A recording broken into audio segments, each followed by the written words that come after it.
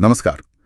आज हम बात करने वाले हैं एक बहुत ही क्या कहें बहुमुखी व्यक्तित्व के बारे में, प्रभात रंजन सरकार। जी। कई लोग उन्हें उनके आध्यात्मिक नाम श्री श्री आनंद मूर्ति उससे जानते हैं, और उनके अनुयायी वो तो उन्हें प्यार से बाबा कहते थे, मतलब पिता। हाँ, बाबा, बिल्कुल। और सोचिए, एक ही व्यक्ति में कितने सारे रूप। आध्यात्मिक गुरु, दार्शनिक, समाज सुधारक, भाषा के जानकार, लेखक। और संगीतकार भी। 5000 से ज्यादा गीत लिखे उन्होंने। कमाल है सच में। और आज जो हम ये चर्चा कर रहे हैं, ये पूरी तरह से विकिपीडिया पर जो उनके बारे में लेख है उस पर आधारित है। सही कहा। हम बस उस जानकारी को समझ रहे हैं, अपनी तरफ से कुछ नहीं जोड़ रहे। जी। तो मकसद यही है कि इस स्रोत के आधार पर सरकार की जिंदगी, उनके जो मुख्य विचार थे और उनकी विरासत, उसको थोड़ा समझें। और उनकी कहानी दिलचस्प क्यों है? शायद इसलिए कि उसमें आध्यात्मिकता, समाज को बदलने की सोच और वो जो गजब की क्रिएटिविटी थी। हाँ, उसका एक अनोखा संगम मिलता है। बिल्कुल। तो चलिए फिर शुरू करते हैं ये बातचीत और गहराई से समझते हैं इनको। जी। शुरुआत करते हैं उनके जन्म और शुरुआती जीवन से। 21 मई 1921 बुद्ध पूर्णिमा का दिन था। हाँ, बिहार के जमालपुर में, और पढ़ाई कलकत्ता के विद्यासागर कॉलेज से शुरू की। लेकिन फिर पिता का देहांत हो गया तो परिवार के लिए उन्हें पढ़ाई छोड़नी पड़ी। जी। और फिर उन्होंने रेलवे में नौकरी की, जमालपुर में ही। भारतीय रेलवे में अकाउंटेंट्स थे वो, करीब 1944 से 1950 के दशक तक। अच्छा। और वहीं से एक तरह से उनका वो आध्यात्मिक मार्गदर्शन वाला काम शुरू हुआ। अपने कुछ सहकर्मियों को हाँ, उन्होंने योग और तंत्र ध्यान की तकनीकें सिखानी शुरू की। तो ये शुरुआत थी। फिर लोग जुड़ते गए होंगे। हाँ, धीरे धीरे दायरा बढ़ा, लोग आकर्षित हुए, और फिर 1955 में उन्होंने आनंद मार्ग की स्थापना की। आनंद मार्ग, आनंद का पथ। जी, एक सामाजिक आध्यात्मिक संगठन जिसका उद्देश्य, जैसा आपने पहले कहा, दोहरा था। आत्म साक्षात्कार यानी खुद को जानना, और सबकी सेवा। बिल्कुल। उनकी साधना में वैदिक और तांत्रिक दोनों दर्शनों का मेल था। और ये सिर्फ भारत में ही नहीं रहा है ना। हाँ, ये तो फैला भी काफी। हाँ, अंतर्राष्ट्रीय स्तर पर फैला। 1969 में तो अमेरिका में ऑफिस खुल गया था। अच्छा। और 1973 तक आते आते अमेरिका में ही करीब 100 केंद्र थे उनके। योग और सामाजिक दर्शन सिखाते थे, हजारों सदस्य बन चुके थे। लेकिन फिर उनकी जिंदगी का एक मुश्किल दौर भी आया, विवाद भी जुड़े। 1971 का वो मामला। हाँ, वो बहुत गंभीर था। उन पर आरोप लगे कि उन्होंने आनंद मार्ग के ही कुछ सदस्यों की हत्या करवाई है, और उन्हें जेल हो गई भारत में। ये तो बहुत बड़ा झटका रहा होगा। बेशक। और जेल में उनकी तबीयत भी बिगड़ी। फिर जब वो कुछ ठीक हुए तो 1 अप्रैल से उन्होंने अनशन शुरू कर दिया। अनशन किस लिए? वो चाहते थे कि इस बात की जांच हो कि क्या उन्हें जेल में जहर देने की कोशिश हुई थी। उनकी ये मांग तो खैर कभी मानी नहीं गई। लेकिन अनशन चलता रहा। और कितना लंबा, अब सोचिए, 5 साल 4 महीने और 2 दिन। क्या 5 साल से ज्यादा? ये तो अकल्पनीय है। हाँ, ये अनशन तभी टूटा जब 2 अगस्त 1978 को अदालत ने उन्हें सारे आरोपों से बरी कर दिया। तब वो जेल से बाहर आए। बरी होने के बाद? हाँ, फिर से सक्रिय हो गए होंगे पूरी तरह से। 1979 में तो उन्होंने 2 वर्ल्ड टूर किए, दुनिया भर में अपने शिष्यों से मिलने गए। कहाँ गए? स्विट्जरलैंड, जर्मनी, फ्रांस, स्कैंडिनेवियाई देश, मध्य पूर्व, Philippines, Thailand, Taiwan, Jamaica, Venezuela. काफी लंबी लिस्ट है। अमेरिका का नाम नहीं लिया, वहां तो इतने केंद्र थे। हाँ, लेकिन अमेरिकी सरकार ने उन्हें वीजा देने से मना कर दिया था। ओहो। तो इसलिए 1979 में उन्होंने जमाइका में अपने अमेरिकी शिष्यों से मुलाकात की। और वो अपने आखिरी समय तक काम करते रहे। बिल्कुल। 21 अक्टूबर 1990 को दिल का दौरा पड़ने से उनका निधन हुआ। लेकिन उससे बस कुछ ही हफ्ते पहले 7 सितंबर 1990 को उन्होंने आनंद मार्ग गुरुकुल की स्थापना की। आनंद मार्ग गुरुकुल। हाँ। इसका क्या उद्देश्य है? ये एक तरह का शैक्षिक नेटवर्क है। इसका काम है रिसर्च, टीचिंग और सेवा के जरिए प्रभात रंजन सरकार की जो सोच है, जो विरासत है, उसको बचाए रखना और आगे बढ़ाना। उनकी जिंदगी तो उतार चढ़ाव भरी रही, पर उनके विचार वो शायद और भी ज्यादा गहरे और कहें तो जटिल थे। हाँ, अब उनके दर्शन पर आते हैं। ये वाकई बहुत दिलचस्प हिस्सा है। हमने सुना कि ये वैदिक और तांत्रिक दर्शन का एक मिश्रण था। जी, और वो मजहबी कट्टरपंथ, जातिवाद, भौतिकवाद, पूंजीवाद, इन सब के कड़े आलोचक थे। मानते थे कि ये सब समाज में, तरक्की में और आध्यात्मिक विकास में बाधा डालते हैं। हाँ, एक विचारक हैं थॉमस लुम्बार्डो। उन्होंने सरकार के दर्शन का सार कुछ ऐसा बताया है कि ये नव मानवतावाद पर आधारित है, चेतना के विकास पर जोर देता है, सबके कल्याण की बात करता है और प्रतिस्पर्धा की जगह सहयोग को महत्व देता है। बिल्कुल, और स्वार्थ से ऊपर उठकर जो पारलौकिक आदर्श हैं उन पर जोर देता है। ये मानव विकास का एक बहुत बहुत व्यापक दृष्टिकोण है। चलिए कुछ मुख्य अवधारणाओं को थोड़ा और समझते हैं। जैसे ब्रह्मांड के बारे में, कॉस्मोलॉजी पर उनके क्या विचार थे? उनके मुताबिक ये जो पूरा ब्रह्मांड है, ये एक महामानसिक संकल्प, मतलब एक कॉस्मिक विल का नतीजा है। महामानसिक संकल्प, थोड़ा समझाएंगी? जैसे हमारे मन में विचार आते हैं, वैसे ही समझें कि ये पूरा ब्रह्मांड एक विराट ब्रह्मांडीय मन यानी कॉस्मिक माइंड के अंदर है, और ये कॉस्मिक माइंड खुद चेतना या कॉन्शियसनेस की पहली अभिव्यक्ति है, जो अपनी ही प्रकृति के बंधन में आ जाती है। तो ये एक प्रवाह जैसा है। हाँ, एक बहाव। चेतना असीम से सीमित होती जाती है और फिर ध्यान वगैरह साधनाओं के जरिए वापस असीम की ओर लौटती है। ये जीवन को एक चक्र, एक साइकिल की तरह देखता है। अच्छा, और उन्होंने मन की परतों की भी बात की थी। कोश, ये क्या है? हाँ, कोश यानी परतें या लेयर्स। उनके मुताबिक हमारा मन 5 परतों से बना है। 5 परतें? जी, सबसे बाहरी समझ लीजिए काममय कोश। ये शरीर को कंट्रोल करता है, इच्छाओं, इंस्टिंक्ट्स पर काम करता है। स्थूल मन। ठीक है। फिर है मनोमय कोश, सोचने विचारने की परत। यहीं यादें बनती हैं, सुख दुख का अनुभव होता है। ये सूक्ष्म मन है। और इसके बाद? इसके बाद और गहरा अतिमानस कोश। ये इंट्यूशन यानी अंतर्ज्ञान की परत है। जैसे सपने, पूर्वाभास, टेलीपैथी, क्रिएटिव आइडियाज, वो सब यहाँ से जुड़ा है। फिर आता है विज्ञानमय कोश, विशेष ज्ञान की परत। यहाँ विवेक यानी सही गलत में फर्क करने की क्षमता और वैराग्य मतलब डिटैचमेंट का भाव आता है। ये अवचेतन मन जैसा है। और सबसे अंदरूनी? वो है हिरण्यमय कोश, स्वर्ण परत। ये सबसे सूक्ष्म परत है। यहाँ मन का जो अनुभव है वो परम चेतना के बहुत बहुत करीब होता है। तो ये परतें, इनका विकास कैसे होता है? अपने आप? कुछ हद तक तो प्राकृतिक रूप से होता ही है, लेकिन जो आनंद मार्ग की साधना पद्धतियां हैं, प्राणायाम, प्रत्याहार, धारणा, ध्यान, वो इस विकास को तेज करने में मदद करती हैं। अच्छा, तो साधना से इन कोशों को विकसित किया जा सकता है? जी बिल्कुल। मकसद यही है कि मन की इन सभी गहराइयों को समझें और उन्हें विकसित करें। उन्होंने बायोसाइकोलॉजी की भी बात की, जिसमें चक्रों का जिक्र था। ये क्या है? ये भी बहुत दिलचस्प है। जो योग और तंत्र में चक्रों की बात होती है ना, शरीर में ऊर्जा के केंद्र। हाँ, सुना है। सरकार ने उन्हें एक तरह से न्यूरोसाइंस और एंडोक्राइनोलॉजी से जोड़ने की कोशिश की। उन्होंने कहा है कि ये चक्र असल में हमारे नर्वस सिस्टम के कुछ खास पॉइंट्स, जिन्हें नर्व प्लेक्सिस कहते हैं, उनसे और शरीर की ग्रंथियों मतलब एंडोक्राइन ग्लैंड से जुड़े हैं। जैसे कोई उदाहरण? हाँ, जैसे पेट के पास का मणिपुर चक्र, वो पैंक्रियास ग्रंथि से जुड़ा है, या माथे के बीच का आज्ञा चक्र, वो पिट्यूटरी ग्रंथि से। अच्छा, तो इसका मतलब मन और शरीर का गहरा कनेक्शन है। बिल्कुल। हर चक्र से जुड़ी जो हमारी मानसिक वृत्तियां या भावनाएं हैं, गुस्सा, डर, प्यार वगैरह, वो हमारी ग्रंथियों और हार्मोन्स पर असर डालती हैं। और उल्टा भी होता होगा? हाँ बिल्कुल। ग्रंथियां और हार्मोन्स भी हमारे मन, हमारे मूड को प्रभावित करते हैं। ये एक 2 वे स्ट्रीट है, एक फीडबैक लूप। ये तो बहुत महत्वपूर्ण बात है। अच्छा, एक और अनोखा शब्द आया था, माइक्रोबायोटा। ये क्या चीज है? हाँ, माइक्रोबायोटा। ये उनकी एक बहुत ही ओरिजिनल मौलिक अवधारणा है, 1986 में दी थी उन्होंने। क्या मतलब इसका? शाब्दिक अर्थ है सूक्ष्म जीवन कण। सरकार का मानना था कि ये कण इतने ज्यादा सूक्ष्म है कि ये एटम और सब एटॉमिक पार्टिकल से भी छोटे हैं। इनसे भी छोटे? हाँ, और उनका कहना था कि ये सिर्फ भौतिक यानी फिजिकल नहीं है, बल्कि ये चेतना के दायरे में मानसिक क्षेत्र में भी भूमिका निभाते हैं। ये जीवन को संभव बनाने वाले तत्व हो सकते हैं। बाप रे, मतलब जीवन के सबसे बुनियादी कण जो शायद चेतना से भी जुड़े हैं। हाँ, कुछ ऐसा ही।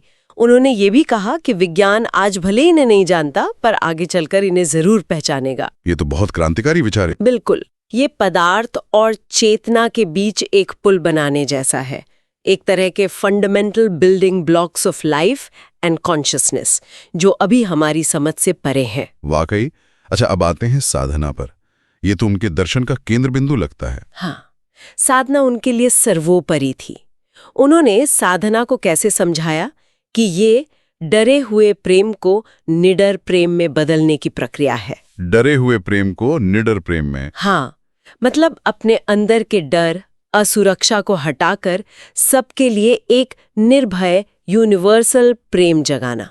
और इसका मुख्य तरीका ध्यान है। ध्यान रोज करना होता है? हाँ, रोज व्यक्तिगत ध्यान और हफ्ते में एक बार सामूहिक ध्यान भी। उसे वो धर्म चक्र कहते थे। अच्छा, धर्म चक्र। इन साप्ताहिक सभाओं में क्या क्या होता है?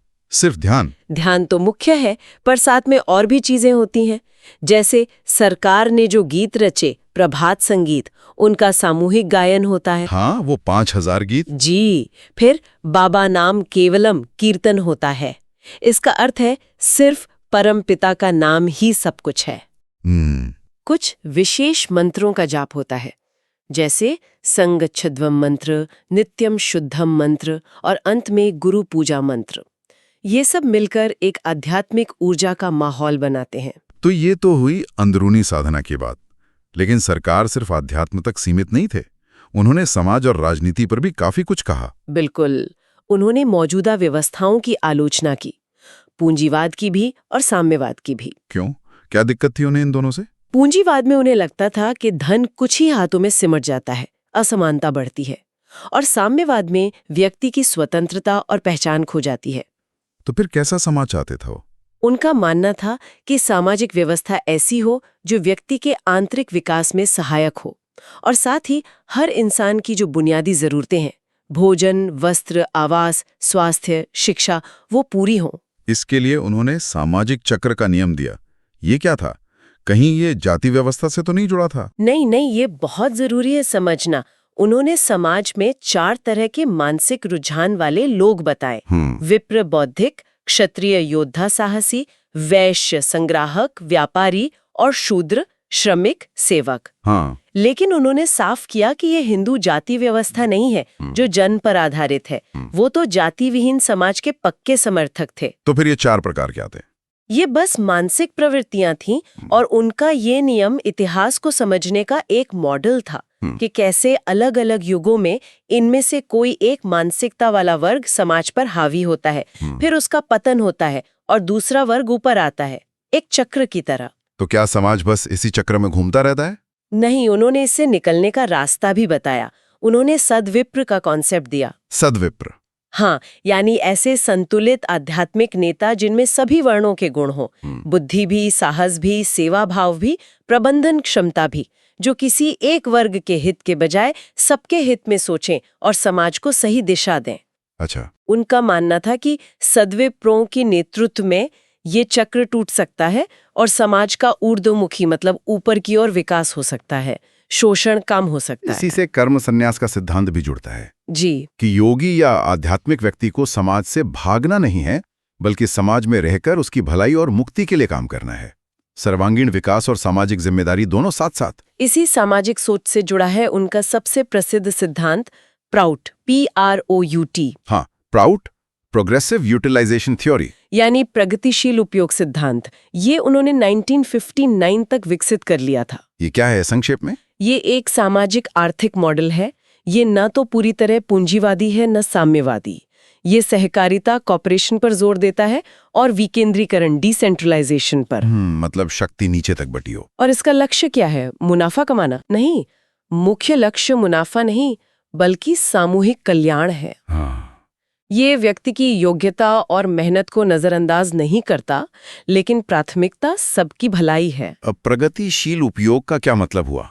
इसका मतलब है प्रकृति के संसाधन, उद्योग, मानवीय क्षमता, इन सब का इस्तेमाल इस तरह से हो कि वो सस्टेनेबल हो, टिकाऊ हो, और सिर्फ इंसानों के लिए नहीं, पूरे इकोसिस्टम, सभी जीव जंतुओं और पर्यावरण के लिए फायदेमंद हो। ये तो बहुत व्यापक सोच है। हाँ, ये सिर्फ आर्थिक मॉडल नहीं है, ये इंसान के पूरे अस्तित्व, शारीरिक, शैक्षिक, सामाजिक, राजनीतिक, मानसिक, सांस्कृतिक, आध्यात्मिक, सबके विकास की बात करता है। इसके प्रचार के लिए संगठन भी बने थे? जी, Proutist bloc of India PBI और बाद में अंतर्राष्ट्रीय स्तर पर प्राउटिस्ट यूनिवर्सल PU जैसे संगठन बने। ये मौजूदा व्यवस्थाओं का एक विकल्प देने का प्रयास था। फिर 1982 में उन्होंने एक और महत्वपूर्ण विचार दिया, नव मानवतावाद। हाँ, नव मानवतावाद। ये सामान्य मानवतावाद ह्यूमैनिज्म से कैसे अलग है? सामान्य ह्यूमैनिज्म का केंद्र इंसान होता है, लेकिन नव मानवतावाद इस दायरे को बहुत बड़ा कर देता है। ये कहता है कि हमारा प्रेम, हमारा सम्मान, हमारी चिंता सिर्फ इंसानों तक ही क्यों सीमित रहे? तो फिर किस तक? इस ब्रह्मांड की हर चीज तक। पेड़ पौधे, जानवर, नदियां, पहाड़, मिट्टी, हर सजीव और निर्जीव चीज? हर चीज, सबके प्रति प्रेम और आदर का भाव। अच्छा। ये कहता है कि हर चीज का अपना एक अस्तित्वगत मूल्य, एग्जिस्टेंशियल वैल्यू है। वो सिर्फ इसलिए महत्वपूर्ण नहीं कि वो हमारे किस काम आती है, यूटिलिटी वैल्यू, बल्कि इसलिए कि उसका अस्तित्व है। इसमें तर्क यानी रैशनैलिटी पर भी जोर था। आध्यात्मिकता और तर्क ये कैसे जुड़ते हैं? ये बहुत दिलचस्प बिंदु है। सरकार का मानना था कि सच्ची तर्क संगतता हमें हर चीज में, हर कण में उसी एक परम चेतना ब्रह्म की अभिव्यक्ति देखने में मदद करती है। तर्क से दिव्यता का बोध। हाँ, जब हम तर्क से समझते हैं कि सब कुछ उसी एक का रूप है, तो स्वाभाविक रूप से भक्ति और प्रेम का भाव जगता है। उनके लिए भक्ति मानवता का सबसे बड़ा और सबसे मूल्यवान खजाना थी। तो तर्क यहाँ भक्ति का सहायक है, विरोधी नहीं? बिल्कुल। नव मानवतावाद हमारी बुद्धि को सिखाई गई कट्टरता, संकीर्णता और स्वार्थ की सोच से आजाद करता है। ये नैतिकता के दायरे को असीम बना देता है। उन्होंने संस्कृति और रीति रिवाज में भी फर्क किया था। जी, उनका कहना था कि संस्कृति तो पूरी मानव जाति की एक ही है। जीवन की अलग अलग अभिव्यक्तियों का सामूहिक नाम है संस्कृति। लेकिन अलग अलग जगह अलग ढंग से जीते हैं लोग। हाँ, वही। अभिव्यक्ति के तरीके, रहन सहन, इनमें स्थानीय भिन्नताएं होती हैं। इन स्थानीय भिन्नताओं को उन्होंने रीति रिवाज, कस्टम्स कहा। अच्छा, तो संस्कृति एक, रीति रिवाज अनेक। जी, इसीलिए वो मानते थे कि सिर्फ भाषा या स्थानीय रीति रिवाज के आधार पर देशों की सीमाएं तय करना सही नहीं है, क्योंकि मूल मानवीय संस्कृति तो एक ही है। ये सब सुनकर तो लगता है कि उन्होंने कितना कुछ सोचा, कितना कुछ लिखा होगा। उनकी विरासत तो बहुत विशाल है। हाँ, और ये सोचकर और हैरानी होती है कि उन्होंने अपने संगठनों के लिए फुल टाइम काम सिर्फ 17 साल ही किया, 1966 से 71 और फिर 1988 से 90 तक। इतने कम समय में इतना सब कुछ? बिल्कुल। 250 से ज्यादा किताबें लिखी उन्होंने, जो ज्यादातर उनके दिए गए भाषणों के संकलन हैं। किन किन विषयों पर? अरे, विषयों की कोई सीमा नहीं लगती। प्राउड पर ही 1500 से ज्यादा पन्ने हैं। भाषा विज्ञान पर हजारों पन्ने लिखे, जिसमें वो शब्द चयनिका शामिल है। बंगाली भाषा का एक अधूरा 26 खंडों का विश्वकोश बनाने का प्रयास था वो। 26 खंड? हाँ, इसके अलावा समाजशास्त्र, कृषि, इतिहास, साहित्य, शिक्षा, चिकित्सा, ब्रह्मांड विज्ञान, दर्शन, आप नाम लीजिए। और वो नए सिद्धांतों थे नव मानवतावाद 1982 और माइक्रोवाइटा 1986। जी। और संगीत 5018 गीत, उसे तो बिल्कुल नहीं भूल सकते। हाँ, प्रभात संगीत, नई सुबह के गीत, 1982 से 1990, सिर्फ 8 साल के अंदर, और कई भाषाओं में रचे। 8 साल में 5000 गीत, ये तो अविश्वसनीय लगता है ना? ये उनकी रचनात्मक ऊर्जा का शायद सबसे प्रत्यक्ष प्रमाण है। और ये गीत सिर्फ गीत नहीं है, ये आनंद मार्ग की साधना और संस्कृति का एक अभिन्न हिस्सा बन गए। प्रेरणा देते हैं, भक्ति जगाते हैं। तो अगर हम इस पूरी बातचीत को समेटें, तो प्रभात रंजन सरकार क्या थे? एक आध्यात्मिक गुरु, एक जटिल सामाजिक विचारक और एक अत्यंत उर्वर रचनाकार। हाँ, और मेरे ख्याल से सबसे खास बात यह है कि उनके ये सारे पहलू आपस में जुड़े हुए थे। ऐसा नहीं था कि आध्यात्मिकता अलग है, समाज का काम अलग है और रचना। सब एक दूसरे से जुड़े थे। जी, उनके जो आध्यात्मिक विचार थे, जैसे सब चीजों का आपसी जुड़ाव, चेतना का विकास, वही उनके सामाजिक सिद्धांतों जैसे नवमानवतावाद और प्राउड, और उनकी साधना पद्धतियों यानी आनंद मार्ग को आधार देते थे। एक समग्र दृष्टिकोण था। बिल्कुल। उनका पूरा जोर व्यक्ति और समाज दोनों के संपूर्ण विकास पर था, होलिस्टिक डेवलपमेंट। तो आज हमने प्रभात रंजन सरकार के जीवन और उनके विचारों के विशाल सागर में एक, कह सकते हैं, डुबकी लगाने की कोशिश की। जी, उनके शुरुआती दिनों से लेकर आनंद मार्ग की स्थापना, वो विवादों वाला दौर, उनका वो अविश्वसनीय अनशन, उनके गहरे आध्यात्मिक और सामाजिक दर्शन, प्राउड, नवमानवतावाद, माइक्रोवाइटा, और आखिर में उनकी वो विशाल रचनात्मक विरासत, खासकर प्रभात संगीत तक। हम्म। और शायद जाते जाते एक सवाल हम श्रोताओं के लिए छोड़ सकते हैं सोचने को। हाँ, जरूर। सरकार ने तर्क यानी रैशनैलिटी को भक्ति को जगाने में सहायक माना। आज की दुनिया में जहां एक तरफ वैज्ञानिक सोच पर इतना जोर है और दूसरी तरफ गहरी आध्यात्मिक खोज भी चल रही है, हम इन दोनों के बीच संतुलन कैसे बना सकते हैं? दिलचस्प सवाल है। क्या तर्क हमें वाकई, जैसा नव मानवतावाद कहता है, सब चीजों से एक गहरा जुड़ाव महसूस करने में मदद कर सकता है? या फिर ये सोचिए, अगर कभी सरकार की वो भविष्यवाणी सच हुई और विज्ञान ने वाकई माइक्रोवाइटी जैसी सूक्ष्म जीवन ऊर्जा इकाइयों को खोज निकाला जो शायद पदार्थ और चेतना को जोड़ती हों, हाँ। तो इंसान की अपनी समझ और विज्ञान की दिशा उसके लिए इसके क्या मायने होंगे? क्या बदल जाएगा सब कुछ? ये वाकई सोचने वाली बात है। इसी विचार के साथ प्रभात रंजन सरकार पर हमारी आज की एक गहन चर्चा यही समाप्त होती है।